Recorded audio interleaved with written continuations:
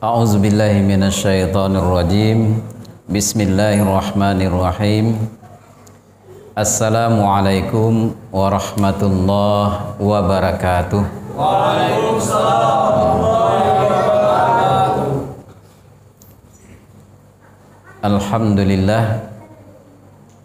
Alhamdulillahilladzi khalaqal mauta wal hayata liyabluwakum ayyukum ahsanu amala.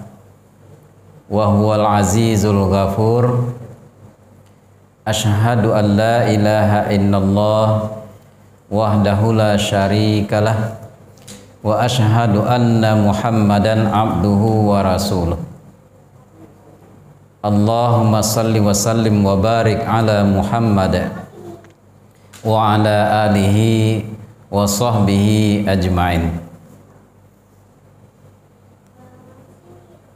Yang terhormat, sama-sama kita hormati tentunya Bapak Kapolres Lingga, yang beliau tadi sudah bersama-sama sholat berjamaah dengan kita.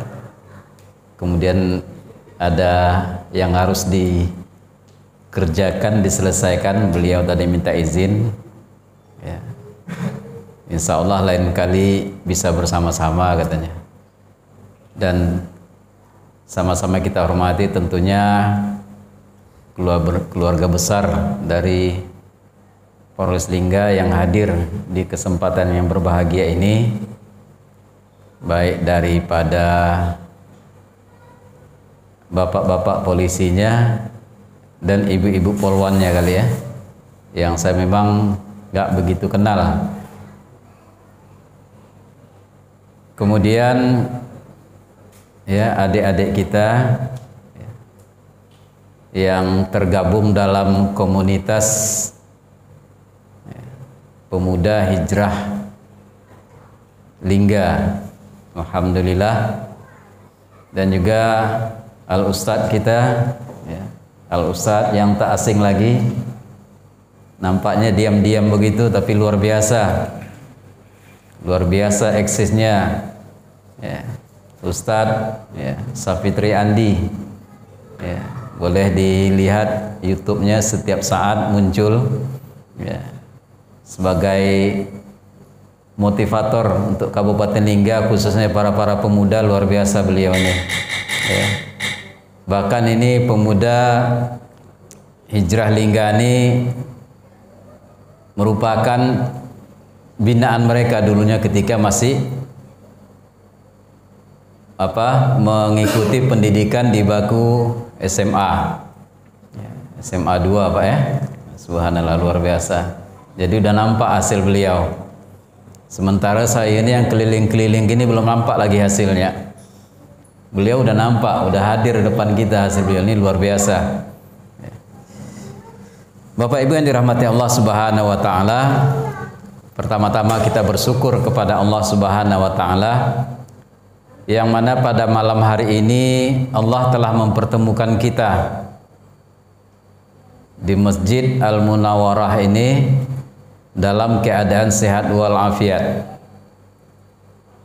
Mudah-mudahan pertemuan kita ini membawakan ya, mengantarkan kepada suatu tempat yang berkah, tempat yang mulia bagi kita semuanya.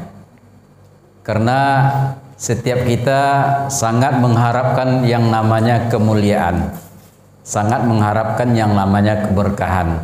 Tentunya yang kita harapkan itu adalah yang sumbernya dari Allah Subhanahu wa ta'ala. Salawat beriring salam semoga senantiasa terlimpah curah kepada junjungan alam, yakni Nabi besar Muhammad sallallahu alaihi wasallam beserta keluarga, para sahabat, dan para pengikut-pengikut yang senantiasa istiqomah menjalankan sunnahnya ila yaumil akhir. Bapak Ibu yang dirahmati Allah Subhanahu wa taala, tadi pembawa acara sudah menyebutkan ya, memperkenalkan identitas saya gitu ya kan. Ya. Saya ini mungkin Bapak Ibu sudah ada yang ketemu, sudah pernah berkomunikasi ya. Saya ini diamanahkan sebagai pimpinan Muhammadiyah Kabupaten Lingga. Ya, mungkin yang pernah sholat di Masjid Al-Falah, kemudian mendengar saya tadi imam di sini, kok lain gitu ya kan? Ya, ada yang sholat di Masjid Al-Falah nggak? Kalau sana Bismillahnya disirkan, ya zikirnya masing-masing, doanya masing-masing. Ya, kok saya jadi pimpinan Muhammadiyah sholatnya sini beda kan gitu? Memang begitulah seharusnya kita, ya.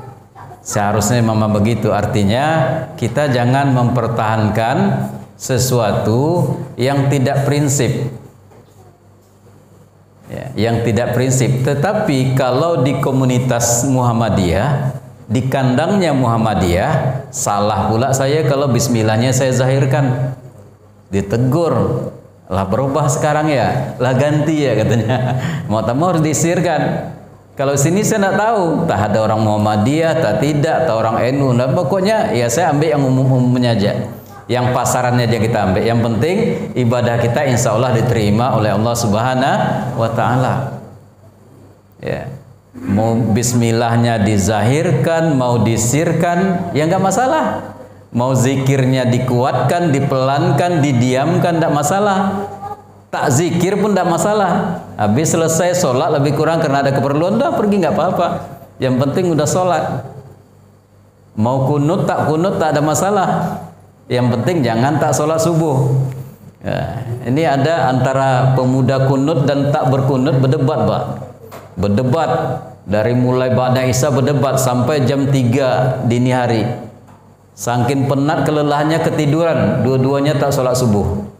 Gara-gara apa? Gara-gara berdebat karena kunut tak kunut gitu ya kan. Nah, ini berdebat sampai jam 3 dini hari, keduanya ketiduran tak sholat subuh. Nah, ini masalahnya. Makanya kita yang perbedaan seperti itu tidak perlu lagi kita angkat, tak perlu lagi kita bicarakan. Itu dari dulu udah ada. Tapi kita harus bisa berlapang dada, memahami untuk bisa saling menerima. Bapak Ibu yang dirahmati Allah Subhanahu wa Ta'ala, sesuai dengan tema kita, apa tema kita, Bang Ki? Ya, ada dua jalan agar kita mendapat ya, tidak dihinakan di hadapan Allah. Ya. Kita ini adalah makhluk Allah. Ya. Makhluk Allah, makhluk itu artinya ciptaan Allah. Ya. Tentunya kalau kita diciptakan oleh Allah, apapun bentuk yang kita perlukan, apapun bentuk yang kita inginkan, otomatis harus kembalinya kita minta kepada Allah. Dan kita harus dekat kepada Allah. Ya. Apalagi supaya kita tidak dihinakan di hadapan Allah. Tidak hina di hadapan Allah, agar kita mulia di hadapan Allah. Tentunya kita harus kembali kepada Allah. Maka berkaitan dengan tema ini saya akan sampaikan satu surat dalam surat Ali Imran ayat 112. Ya. A'udzubillahi minasyaitonirrajim. Bismillahirrahmanirrahim. Duribat 'alaihimuz zillah aynama suqifu illa bihablim minallah wa hablim minan nas. Wa ba'u bighadabin minallah wa duribat 'alaihimul maskanah. Kata Allah apa? Ditimpakan kehinaan di mana saja mereka berada. Ya. Ya, ditimpakan kehinaan di mana saja kita ini berada. Ini kata Allah. Allah tegaskan seperti itu. Illa, kecuali kata Allah, bihablim minallah wa hablim minan nas. Ya, kecuali yang mana kita ini senantiasa menjaga hubungan baik kita dengan Allah dan menjaga hubungan baik kita dengan sesama manusia. Itu makanya tadi saya sholat bismillahnya dizahirkan. Ya, saya menjaga hubungan baik karena ini baru pertama saya datang ke sini. Ya. Baru pertama datang bawa yang aneh-aneh, ya, yang nggak pernah dibuat orang di sini, kan nggak enak Pak ya, apalagi tamu Pak ya. Udah dipersilakan untuk jadi imam, tak menghargai orang tuan rumah lagi. Ini kebanyakan hari ini kan seperti itu. Ya, dia sebagai tamu udah kita hargai, tetapi dia sebagai tamu tidak pernah menghargai tuan rumah. Nah, ini bahaya nih. Ya. Jadi saya terpikirnya seperti itu, di mana-mana saya pergi seperti itu. Ya, saya akan tetap ya menjaga keharmonisan dalam kehidupan beragama. Kita dengan agama lain aja, dengan keyakinan lain kita bisa menjaga keharmonisan. Masa kita sama kita tidak bisa? Ya. Kita sama kita asik bentrok aja, kan lucu. Ya. Bapak Ibu yang dirahmati Allah Subhanahu wa taala. Jadi kuncinya apa? Supaya kita tidak dihinakan oleh Allah Subhanahu wa taala. Yang pertama adalah kita harus menjaga hubungan baik kita dengan Allah Subhanahu wa taala. Ya. Apa langkah-langkahnya? Ini yang penting. Ya. Misalnya jam berapa Pak sini? Jam 7.15 ya? Insyaallah. Nanti kalau kira-kira 10 menit lagi nak selesai ke bawah, nak sampai jamnya bukan nak selesai. Kalau tunggu nak selesai kelak tak panjang tak pendek ceritanya kan. Ya. Apa langkah-langkah kita agar kita bisa menjaga hubungan baik dengan Allah? Langkah kita yang pertama adalah dengan taubat. Ya. Langkah kita yang pertama adalah dengan taubat. Ya. Kenapa kita harus bertobat? Ya, karena pada dasarnya setiap kita ini tetap bersalah kepada Allah, tetap berdosa kepada Allah. Yakinlah, kalau ada orang hari ini, umat Islam yang hari ini mengaku dia tidak berdosa kepada Allah, pada sesungguhnya dialah yang paling besar dosanya kepada Allah. Kalau ada hari ini umat Islam yang tidak mengaku bersalah kepada Allah, sesungguhnya pada dasarnya dialah yang paling besar kesalahannya kepada Allah. Jadi kita menyadari bahwasanya kita ini berdosa, bersalah, maka senantiasa kita bertobat. Bertobat, senantiasa memperbaharui taubat-taubat kita. Hanya dengan taubatlah, dengan kita mengakui kesalahan kita, kita akan bisa dekat dengan Allah Subhanahu wa taala. Jadi kenapa seseorang itu jauh daripada mengingat Allah? Karena dia berdosa, karena dia bersalah. Kalau orang bersalah kan jauh dia, Pak. Pak, kira-kira ada pencuri, Pak, bersalah tidak? Mau tidak ada ketemu, Pak? Ini cari mati pencuri nih. Iya, nggak mau, Pak. Dia ngilang itu. Iya, karena rekaman CCTV-nya udah ada gitu ya kan. Buru-buru saya nak ketemu polisi, habis nanti saya nih katanya kan. Pasti dia hilang, lari, sembunyi, lari ke hutan gitu ya kan. Jadi orang yang bersalah tetap lari, Pak. Begitu juga orang yang bersalah dan berdosa kepada Allah, yang menjauhkan dia, yang memisahkan dia, yang menghalangi dia dekat kepada Allah dosa-dosanya, kesalahan-kesalahan yang dia buat tadi. Tanpa dia sadari, orang tidak menyadari. Ya, maka dia jauh daripada Allah. Makanya harus bertaubat. Taubat ini tidak memandang salah besarnya kesalahan. Bahkan dalam riwayat ada orang yang telah membunuh 99 orang, kemudian dia bertanya kepada ahli ibadah. Ahli ibadah katanya tidak ada kesempatan untuk bertobat, dia bunuh lagi lengkap 100. Lengkap 100 orang dia bunuh. Ketika dia ketemu dengan orang alim, dengan ulama, orang yang berilmu, ditunjukkanlah jalan menuju taubat. Dia tujulah jalan itu. Di tengah perjalanan dia meninggal dunia dan dinyatakan masuk surga. Ya, adik-adik pemuda hijrah ada yang bunuh orang nggak sini? Ngaku aja, sedap nangkapnya nih. Ya, kita tak sampai membunuh orang, ini udah menghilangkan nyawa. Ya, taubat 100 orang diterima taubatnya Allah Subhanahu dan masuk surga. Ada seorang pelacur, dia sadar taubat kepada Allah, masuk surga meninggalnya. Ini yang kita harapkan. Bagaimana kesalahan-kesalahan kita itu dihapuskan oleh Allah dengan cara bertobat dan kita semakin dekat kepada Allah. Ini jalan yang pertama, taubat. Ya. Jadi taubat itu harus diiringi dengan ketaatan kita kepada Allah Subhanahu wa taala. Jadi taubat tidak bisa hanya kita menyesal aja kita, tapi juga kita taat, kita ikuti apa yang Allah perintahkan kepada kita. Yang kedua apa jalannya? Jalan yang kedua adalah dengan sabar. Jadi setelah kita taubat, kita menjadi orang yang taat dan kita harus sabar. Ya.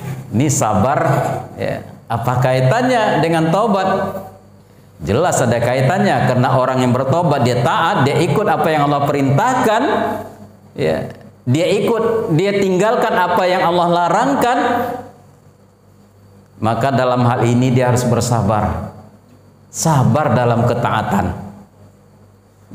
Ya, makanya kunci sukses, salah satu kunci sukses puasa Ramadan adalah dengan sabar. Kunci ibadah itu adalah dengan sabar. Kunci ketaatan adalah dengan sabar. Nabi Ayub alaihissalam diuji oleh Allah Subhanahu wa taala. Nabi Ayub terkenal orang, ya, kaya. Seorang nabi yang kaya raya dan lagi dermawan. Ya. Karena setan iblis iri kepadanya dan dia minta kepada Allah supaya Nabi Ayub itu diuji. Ya, ingin melihat ya ketaatan Nabi Ayub, diuji oleh Allah. Apa ujian yang pertama?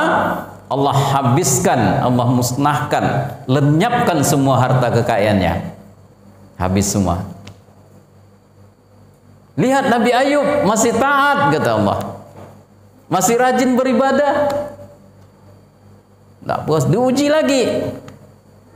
Anaknya meninggal dalam waktu yang sama sekaligus. Waktu itu anaknya lagi dalam rumah, sedang makan, sedang mencari, tahu rumah itu ambruk, meninggal anaknya semua. Ya, Nabi Ayub sabar. Sabar dalam ketaatan, sabar dia tetap taat beribadah kepada Allah. Kemudian apa lagi? Allah beri dia, uji dia satu penyakit yang mana penyakit tak pernah diderita oleh orang lain. Tak pernah orang kampung itu menderita penyakit itu. Beliau dapat penyakit itu, diuji oleh Allah. Dari kepala sampai ujung kaki itu semuanya kudis dan bernanah. Hanya lidahnya saja yang bersih karena senantiasa zikir kepada Allah. Ya, Allah uji. Ya. Sampai dia diusir dari kampung itu. Usir dari kampung, dia pergilah, ya, suatu tempat yang jauh dari kampung itu, ditemani oleh istrinya. Tapi dia tetap sabar dalam ketaatan.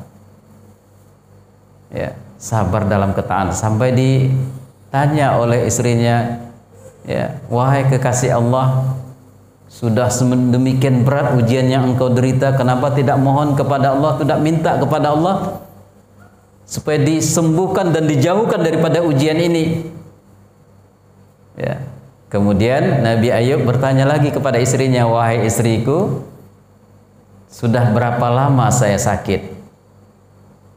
Kemudian sudah berapa lama kita hidup dalam keadaan mewah, dalam keadaan senang, dalam keadaan sehat? Ternyata dibanding hanya sebentar dia baru disakitkan, diuji oleh Allah. Makanya dia tidak mau berdoa kepada Allah. Dan akhirnya Allah sembuhkan dengan mukjizat penyakit beliau dan kembali seperti sedia kala. Ini sabar dalam ketaatan. Kenapa? Ketika kita dalam ketaatan diuji oleh Allah Subhanahu wa taala, keimanan kita diuji. Maka keimanan itu adalah senantiasa harus kita perbaharui. Salah satu memperbarui keimanan itu adalah dengan senantiasa mendengarkan atau mentadaburi ayat-ayat Al-Qur'an. Ya. Sabar dalam ketaatan. Itu jalan yang kedua. Takutnya waktu nggak cukup nih. Ya. Yang ketiga jalannya apa? Yang ketiga, jalan menuju untuk mendapatkan dalam menjaga hubungan baik dengan Allah itu adalah dengan bersyukur. Nah, sudah tadi taubat, sabar, syukur. Nah, ya, bersyukur kita. Karena kata Allah, la in syakartum la azidanakum wa la in kafartum inna azabi lasyadid. Ya. Jika kita bersyukur, Allah akan tambahkan nikmat lebih banyak lagi. Ketika kita ingkar, maka Allah beri kita azab yang sangat pedih. Jadi kenikmatan yang Allah maksud di sini bukan Allah tambah rezeki kita, tapi tidak.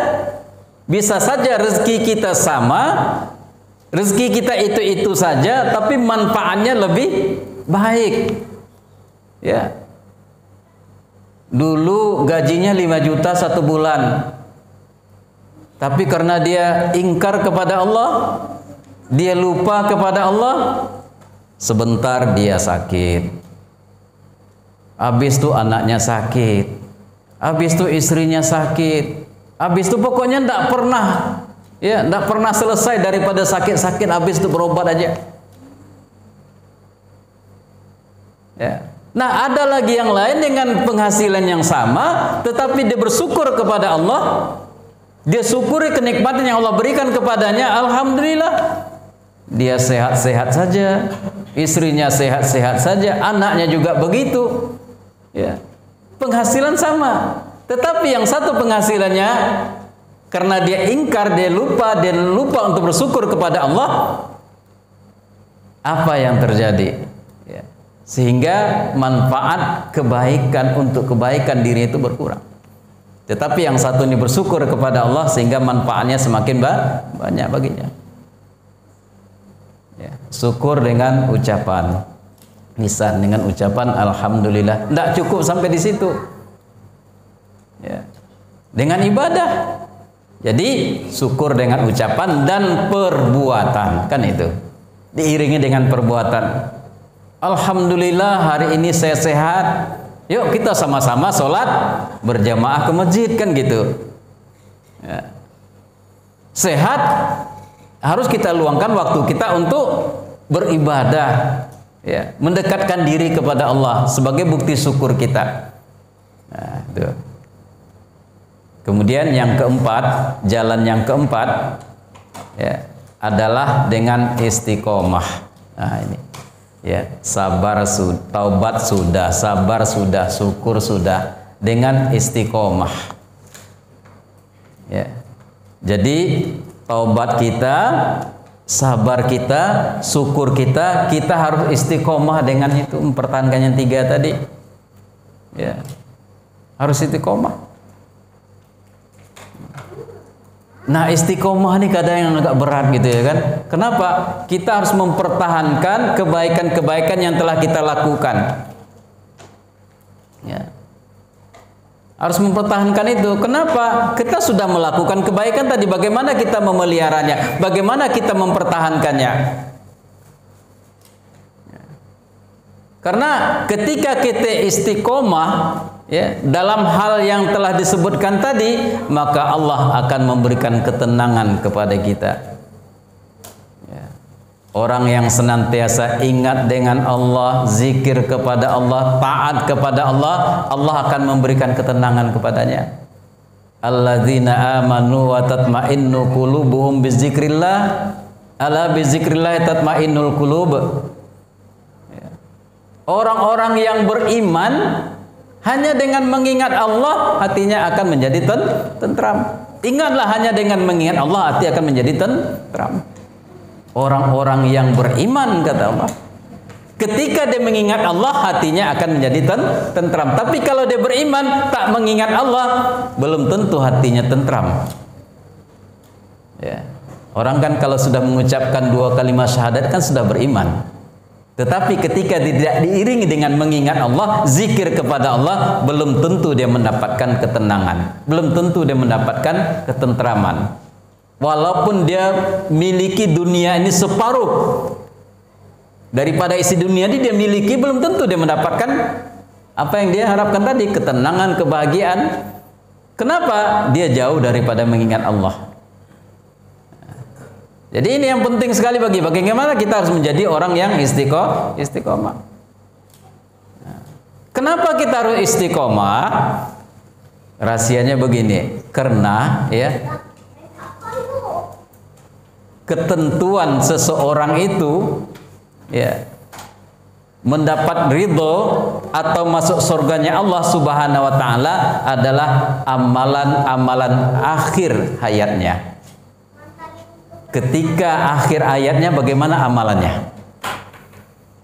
Ya. Bisa jadi sekarang ini pemuda hijrah ini lagi muda-muda, oh luar biasa semangatnya. Nanti lah seusia saya malas semua. Itu kan sudah mendekati, ya. Karena dia masih muda ya semangat, nanti udah tua malas gitu ya kan, lemah gitu ya kan. Nah, seharusnya semakin menjaga keistiqomahnya tadi. Karena penentu daripada kita itu mendapat ridha Allah, kita itu mendapatkan surganya Allah daripada bagaimana Allah nanti melihat amalan di akhir hayat kita. Jadi kalau kita berdoa, ya Allah, matikanlah saya dalam keadaan husnul khotimah. Bila perlu kita berdoa, ya Allah, mudah-mudahan Engkau matikan aku dalam keadaan sujud, dalam keadaan zikir, dalam keadaan umroh, dalam keadaan haji. Ya. Makanya saya selalu ingatkan para jemaah pengajian, walaupun sakit-sakit dikit, datang aja lah, mudah-mudahan Allah manggil waktu di majelis itu. Mulia enggak kita, Pak? Subhanallah. Saya ingin kali, makanya ya saya ngajak seperti itu. Ya. Ya. Mudah-mudahan Allah manggil kita saat kita duduk di majelis ilmu, di majelis orang-orang yang soleh. Subhanallah. Kan gitu. Ya. Jadi jangan kita merasa kecuali ada halangan syar'i memang. Ya, seperti yang bapak-bapak kita tadi, memang itu tidak bisa ditunda. Ya. Dan itu juga bagian daripada ibadah, tanggung jawab gitu, Pak. Berat itu, Pak. Tanggung jawabnya masalah orang banyak, Pak. Ya, kalau masalah pribadi ini orang banyak nih. Ya, harus disegerakan itu. Ya, nggak bisa ditunda itu. Ya.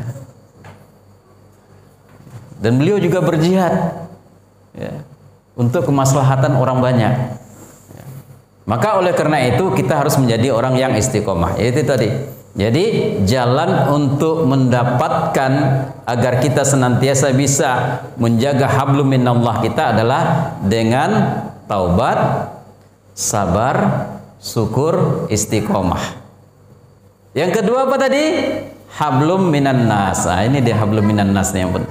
Ya. Bagaimana kita menjaga hubungan baik kita dengan sesama manusia? Ternyata kita tidak bisa hanya dengan Allah saja. Kita taat, kita rajin ibadah, rajin baca Al-Quran, rajin puasa. Ya, tetapi kita tidak pernah peduli dengan sesama manusia. Ada sebuah kisah, Pak. Ya. Abu bin Hisam, ya, dikenal dengan ya, orang yang rajin sholat tahajud. Ya, bertahun-tahun dia melaksanakan sholat tahajud. Ketika angin kencang, dia berwudu dalam keadaan angin kencang. Karena zaman-zaman dulu itu kamar mandinya, periginya, tempat berwudunya bukan di dalam rumah. Ini rumah tuh tempatnya jauh di sana gitu ya kan. Kalau sekarang kan enak, bangun tidur guling-guling-guling lah, mas sampai kita kamar mandi ya kan. Lah payah jalan Pak, guling-guling aja sampai kamar mandi gitu. Ya, merangkak pun bisa sampai kamar mandi. Kalau dulu nggak bisa. Hujan dia pergi. Suatu malam dia terbangun nak melaksanakan sholat tahajud. Dia pergi berwudu. Pergilah ke perigi tempat dia biasa berwudu. Sampai di sana ada sosok makhluk yang duduk di tempat itu. Wah, dia terkejut, dia tanya, wahai makhluk, siapa Anda? Ya. Abu bin Hisam ini bertanya. Kata makhluk, saya adalah malaikat. Ya. Diperhatikan oleh Abu bin Hisam ini. Dilihat ada bawa buku. Anda bawa buku. Apa isi buku itu katanya kan? Apa kata malaikat tadi? Buku ini adalah catatan nama-nama orang pecinta Allah. Wah, dia kan salah satu, dia merasa dirinya termasuk juga orang pecinta Allah karena setiap malam tahajud. Wah, betul. Coba cek, ada nggak nama saya di dalam? Wah, dibuka lah malaikat, dibaca. Dibaca. Nama Anda siapa? Ya, Abu bin Hisam. Tengok, tak ada juga. Tak ada, kata malaikat. Ah, tak mungkin. Coba buka lagi, baca lagi. Baca lagi, tak ada juga. Ya, menangis, tersungkur, sedih betul dia. Kenapa? Selama ini dia sholat tahajud tidak pernah tinggal. Ya, ternyata namanya tidak masuk tergolong orang yang pecinta Allah. Ya, cinta sama Allah. Makanya Abu bin Hisam bertanya, kenapa nama saya tidak ada di dalam? Saya kan sering sholat tahajud, ya, tak pernah tinggal. Kenapa? Kata Abu bin Hisam nih. Ya, malaikat jelaskan, betul. Anda adalah orang yang taat beribadah. Sholat tahajud nggak pernah tinggal. Orang tidur-tidurnya Anda bangun dalam keadaan dingin, angin kencang, petir, Anda bangun dan sholat tahajud. Betul. Tetapi ada yang Anda lupakan. Apa itu? Anda tidak pernah peduli dengan lingkungan Anda, dengan orang-orang yang ada di lingkungan Anda itu.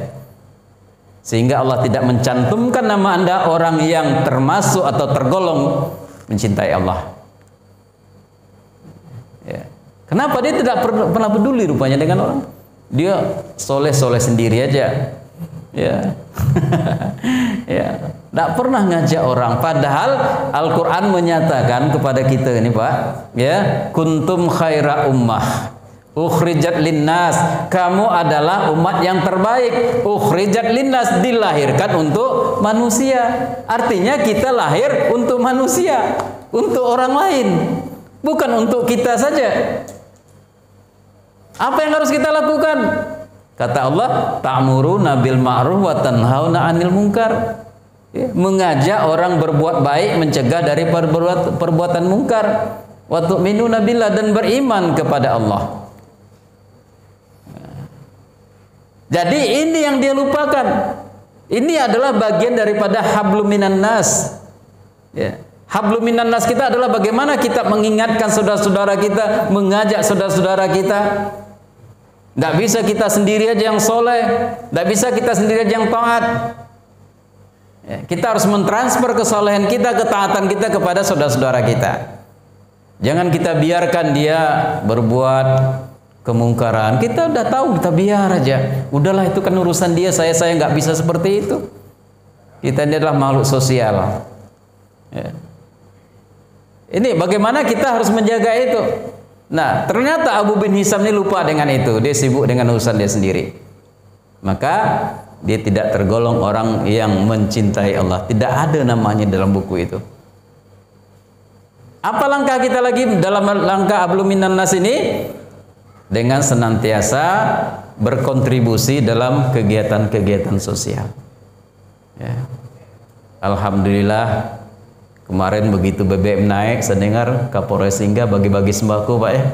Saya nunggu-nunggu, Pak, tak sampai ke rumah saya. Tak sampai ke rumah, mana lah, kalau sampai saya ambil juga. Kalau nggak malu, ya. Ya, alhamdulillah. Ya, ini kan sosial, ada kepedulian sosial kita. Hari ini banyak saudara-saudara kita mungkin tidak seperti kita. Ya. Nah, ini harus ada kepedulian kita. Ya, kita harus bantu mereka. Makanya dalam Islam tuh ada perintah zakat. Zakat ini kan dalam rangka pemerataan ekonomi. Ya, zakat dikumpul dari orang-orang kaya Muslim, nanti kumpul, nanti dibagikan. Ya. Nah, zakat mal, maka zakat mal itu sebenarnya tidak boleh dibagi habis bulan Ramadan saja. Ya. Boleh dibagikan, disimpan dulu di Baitul Mal, ada namanya kitab Basnas, simpan dulu, nanti bila ada kondisi yang mungkin wajar saatnya kita bagi, kita bagikan. Ada yang membutuhkan, mungkin anaknya sakit, tak punya biaya, kita bantu dengan itu. Anaknya mau kuliah nggak punya biaya, kita bantu dengan itu. Ya. Atau dia hari udah 1 bulan penuh, ya, nggak ada pekerjaan, habis semua stok, kita bantu dengan itu. Ya, kita bantu. Jadi banyak manfaatnya.